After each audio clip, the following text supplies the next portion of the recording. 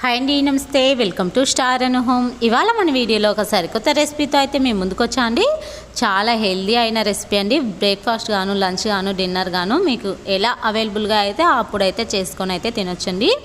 ఇక్కడ మనమైతే ఒక కప్పు దాకా పెసరపప్పునైతే 2-3 గంటల సేపు అయితే నానబెట్టుకున్నానండి.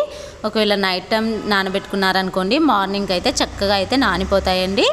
ఇలా నీట్గా 2-3 సార్లు వాష్ చేసి నీట్గా 2-3 గంటల సేపు నానబెట్టుకున్న పప్పుని 1 స్పూన్ వరకు పప్పు పక్కకు పెట్టేసి మిక్సీ జార్లో అయితే 1 టేబుల్ స్పూన్ అన్ని నీళ్లు పోసి కొద్దిగా 1 ఇంచు వరకు అల్లం, పచ్చిమిర్చి మీకు ఏవి ఇష్టమైతే అవి వేసుకొని మెత్తగా అయితే మిక్సీ వేసుకొని ఒక బౌల్లోకి అయితే వేసుకోవాలి.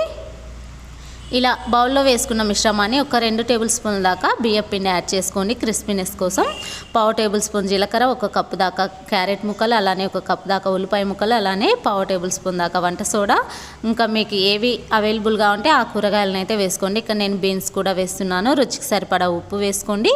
వంట సోడా ఈనో లేని వాళ్ళైతే వంట సోడా వేసుకోండి.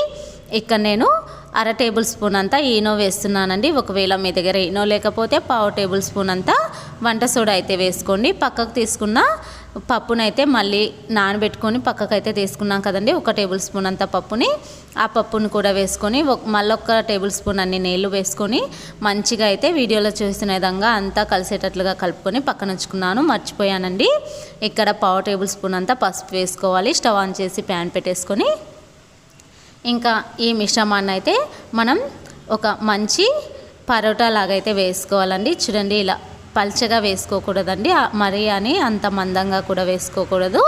మీడియంగా అయితే వేసుకోండి. ఇలా వేసుకున్న తర్వాత పైన కారం ఉంటుంది కదండి, కారం మసాలా అన్నీ కలిపినదైనా వేసుకోవచ్చు, లేదా జస్ట్ కారం లేదా చిల్లీ ఫ్లేక్స్ వేసుకోవచ్చు.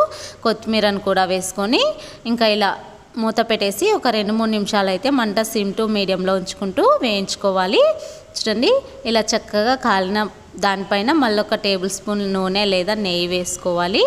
ఇలా వేసుకొని మళ్ళీ చక్కగా అంతా మంచిగా గోల్డెన్ బ్రౌన్ కలర్ వచ్చే వరకు అయితే కాల్చుకోవాలండి. చూడండి, చాలా అంటే చాలా హెల్దీ అయిన రెసిపీ అండి. జస్ట్ 10 నిమిషాల్లో అయిపోతుందండి. మనం పప్పును నానబెట్టుకున్నాం అనుకోండి, చాలా ఈజీగా అయితే చేసుకోవచ్చండి. చాలా టేస్టీగా కూడా ఉంటుంది. ఇందులో మనం బియ్యం పిండికి బదులుగా గోధుమ పిండిని కూడా యాడ్ చేసుకోవచ్చండి. మీకు ఏది అవైలబుల్గా ఉంటే దాన్ని అయితే వేసుకోండి. చూడండి, ఇలా మనం చక్కగా 2 వైపులా కాల్చుకోవాలి.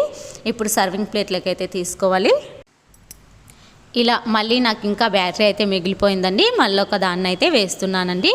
ఇలా మనం అంత పలచగా కాదు, అంత మందంగా కాదు, ఇలా వేసుకొని పైన కవర్ చేస్తూ మూతనైతే పెట్టేసుకొని మళ్ళీ 2-3 నిమిషాలు అయితే బాగా ఈ దోశనైతే కాలనివ్వాలండి.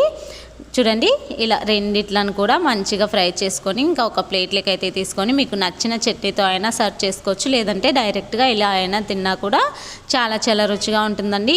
ఈ పరోటాలకు ఎలాంటి సైడ్ డిష్ చట్నీస్ అయితే ఏమీ అవసరం ఉండవండి. చూడండి, పెరుగులో కూడా చాలా చాలా రుచిగా ఉంటుందండి.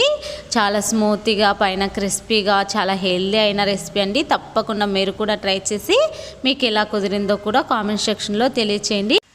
చూశారు కదా ఫ్రెండ్స్, పెసరపప్పుతో చాలా హెల్దీ అయినటువంటి రెసిపీని అయితే చూపించాను కదండి. చాలా చాలా బాగుంటుందండి. పైన క్రిస్పీగా లోపల మెత్తగా చాలా రుచిగా ఉంటుంది.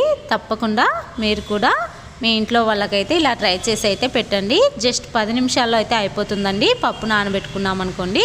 మరి ఈ వీడియో మీకు నచ్చిందా?